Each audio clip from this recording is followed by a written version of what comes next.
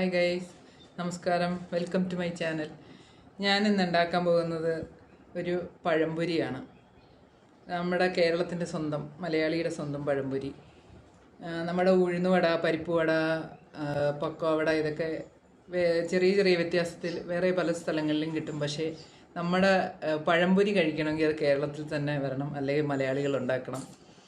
അപ്പോൾ കേരളത്തിൽ തന്നെ പാലക്കാട് കിട്ടുന്ന പഴംപൊരി അല്ല കൊല്ലത്ത് കിട്ടുന്ന, അങ്ങനെയും വ്യത്യാസമുണ്ട്. അപ്പോൾ കൊല്ലം സ്റ്റൈലിൽ ഒരു പഴംപൊരി.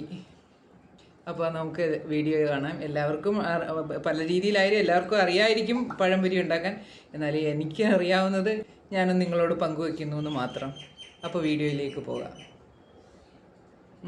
നമുക്ക് ആദ്യം പഴംപൊരിക്ക് വേണ്ടിയിട്ട് അതിൻ്റെ ബാറ്റർ ശരിയാക്കാം. അപ്പം 1 കപ്പ് മൈദാമാവാണ്. 1 കപ്പ് മൈദാമാവ്, പിന്നെ ഒരു 3 സ്പൂൺ അരിപ്പൊടി, പിന്നെ ഒരു 3 സ്പൂൺ പഞ്ചസാര. അത് അവനവൻ്റെ മധുരത്തിൻ്റെ ഒരു ടേസ്റ്റിനനുസരിച്ച് ചേർത്താൽ മതി. പിന്നെ നമ്മുടെ പഴംപൊരിക്കൊരു ഇത് കളർ കിട്ടാൻ വേണ്ടിയിട്ട് ഇത്തിരി മഞ്ഞൾപ്പൊടി, ഫ്ലേവറിന് വേണ്ടിയിട്ട് കുറച്ച് ഏലക്ക. അതൊന്ന് പൊടിക്കാൻ പറഞ്ഞപ്പോൾ അത് അങ്ങനെ പൊടിച്ച് വെച്ചിരിക്കുന്നു. നന്നായി പൊടിക്കാം. ഇനി നമുക്ക് വെള്ളം ഒഴിച്ച് നല്ല ഇളക്കിയെടുക്കാം. ഓക്കെ. ഉപ്പ് ചേർത്തില്ലല്ലോ. മധുരം ഒന്ന് ബാലൻസ് ചെയ്യാൻ വേണ്ടി ഒരു നുള്ളു ഉപ്പ്. ഒരുപാടങ്ങ് വെള്ളമാവരുത്. വെള്ളമായാൽ നമ്മൾ പഴം മുക്കിയെടുക്കുമ്പോൾ അതിനകത്ത് മാവ് കുറവായിരിക്കും. അതുകൊണ്ട് ഇങ്ങനെ ഒരു പരുവമായിരിക്കണം. അല്ലെങ്കിൽ നമുക്കത് മാവിൽ മുക്കിയെടുക്കാൻ ബുദ്ധിമുട്ടായിരിക്കും വെള്ളം കൂടിയാൽ. അപ്പോൾ ഈ ഒരു അളവിൽ വെച്ചിട്ട് ഒരു 10-15 മിനിറ്റ് ഇരിക്കട്ടെ. ഇനി നമുക്ക് ആ പഴം ശരിയാക്കാം. ഓക്കെ എന്ന് പറയുന്നത് നല്ല പഴുത്ത പഴം വേണം, അല്ലാതെ വെച്ചാൽ ആ ടേസ്റ്റ് കിട്ടില്ല. അപ്പോൾ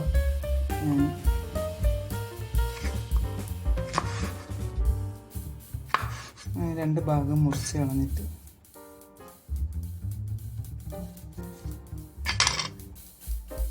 എല്ലാവർക്കും അറിയാവുന്നതാ. പിന്നെ ഞാൻ ഇങ്ങനെ കാണിക്കുന്നേ ഉള്ളൂ, ആരും ഒന്നും വിചാരിക്കല്ലേ. അത് പറയാനൊരു കാര്യമുണ്ട്. ഞാൻ എന്താ പറയുക, ഇലയടയുടെ വീഡിയോ ഇട്ടപ്പോൾ ഞാൻ ആദ്യമായിട്ട് ഇലയടയൊക്കെ എന്തിനാ ഫേസ്ബുക്കിൽ ഇടുന്നേ, ആദ്യമായിട്ട് ഇലയട കണ്ടുപിടിച്ചതാണെന്നൊരു കമൻറ്റ് എൻ്റെ ഫോൺ മെസ്സേജ് വന്നു. ആളെ ഞാൻ അന്വേഷിച്ചിട്ട് കിട്ടിയില്ല. വിളിക്കുമ്പോഴൊക്കെ സ്വിച്ച് ഓഫ് പറയുന്നുണ്ട്. അപ്പം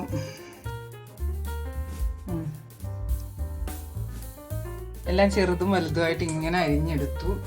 അപ്പം ഞാൻ പറഞ്ഞില്ലല്ലോ. അപ്പോൾ എൻ്റെ ഇലയുടെ ആദ്യമായിട്ടാണോ ചേച്ചി ഇങ്ങനൊരു ഫേസ്ബുക്കിലൊക്കെ ഇടുന്നതെന്ന് ചോദിച്ച ആളിനെ എനിക്കറിയില്ല ആരാണെന്ന്. പക്ഷെ എൻ്റെ നമ്പർ അറിയാവുന്ന ആരോ ആണത്. തിരിച്ച് വിളിച്ച് നോക്കുമ്പോഴൊക്കെ സ്വിച്ച് ഓഫ് ആണ്. പക്ഷേ ഞാനത് കണ്ടുപിടിക്കും. എനിക്ക് തോന്നുന്നത് എനിക്കൊരു മെസ്സേജ് അയക്കാൻ വേണ്ടി മാത്രം എടുത്ത നമ്പറാണ്. വാട്സപ്പിലില്ല, മറ്റേ ട്രൂ കോളറിലില്ല, ഒന്നിലുമില്ല. പക്ഷെ ഞാൻ കണ്ടുപിടിക്കും. അപ്പോൾ എണ്ണ തിളച്ചു എന്ന് തോന്നുന്നു.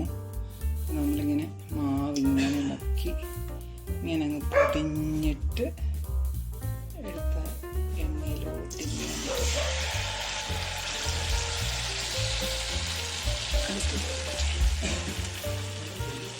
ഇങ്ങനെ ഫുള്ളായിട്ടിട്ട് ഇത് ചെയ്യാനാണ് ഞാൻ ഈ പരന്ന പാത്രത്താകുമ്പോൾ സൗകര്യമായിട്ട് നമുക്ക് മാവ് മുക്കി എടുക്കാം. അങ്ങനെ ഞാൻ ഇത് തന്നെ സെലക്ട് ചെയ്തു. ഈ സ്ഥലമുണ്ടോടെ?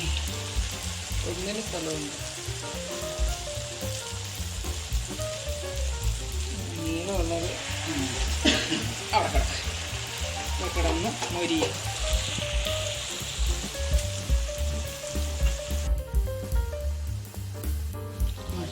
ഇപ്പോൾ ഒരു സൈഡ് ഇതായി വെന്തു തോന്നുന്നു മാവ്.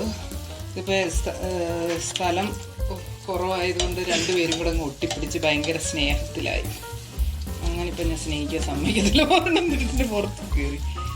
അപ്പോൾ ഇതിനിപ്പോൾ ചെറുതാക്കിയെങ്കിലേ പറ്റൂ. അപ്പം ഒരു സൈഡ് മൊരിഞ്ഞു. ഇനി വേറെ രണ്ട് കൂട്ടരെയും കൂടെ അടിച്ച് പിരിക്കണം. എനിക്കതിനെ പണ്ടേ ഇഷ്ടമുള്ളവർ ഒരുമിച്ചിരിക്കുന്നത്.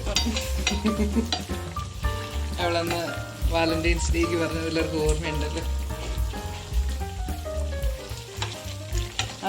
അടിച്ചു പിരിക്കും. അതിനെ പറഞ്ഞ പോലെ ഇല്ല, ഒരു കൂട്ടരെ പിരിഞ്ഞുള്ള, ഒരു കൂട്ടരെ ഒട്ടിപ്പിടിച്ചിരിക്കുക.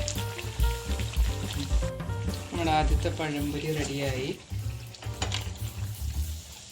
രണ്ടാമത്തതും റെഡിയായി.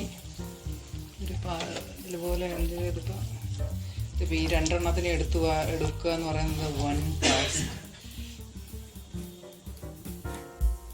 ഓക്കെ, രണ്ടും എനിക്ക് എന്താ വേണ്ടേ? വേണ്ട, സിംഗിളായിട്ടുള്ളത് കേട്ടോ. നിന്റെ മനസ്സൊന്ന് മാറാൻ വേണ്ടിയിട്ട് കൈ മാറ്റി. അടുത്ത സെറ്റെല്ലാം ഞാനങ്ങ് ചെറുതാക്കി. എന്താണെന്ന് വെച്ചാൽ തീയും ഒന്ന് കുറച്ച്, അല്ലെങ്കിൽ ഇവിടെ ഓടി നടന്ന് എല്ലാം കൂടെ ഒരുമിച്ചങ്ങാവും. അത് പിന്നെ ഒരു അടർത്തി മാറ്റുക എന്ന് പറയുന്നത് പണിയാണ്. എല്ലാം കൂടെ ഇട്ടിട്ടെടുക്കും.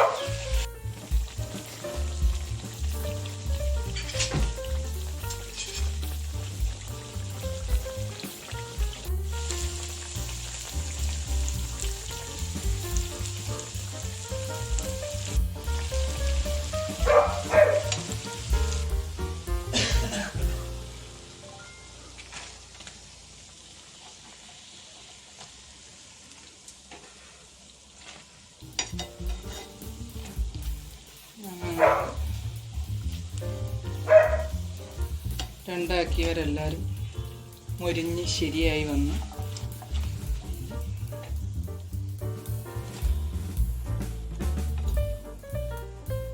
നമ്മുടെ പാലക്കാട് കുറച്ചും കൂടെ ബണ്ണ് പോലിരിക്കും. അത് ഈ ദോശമാവ് ചേർക്കുന്നത് കൊണ്ടാണ്.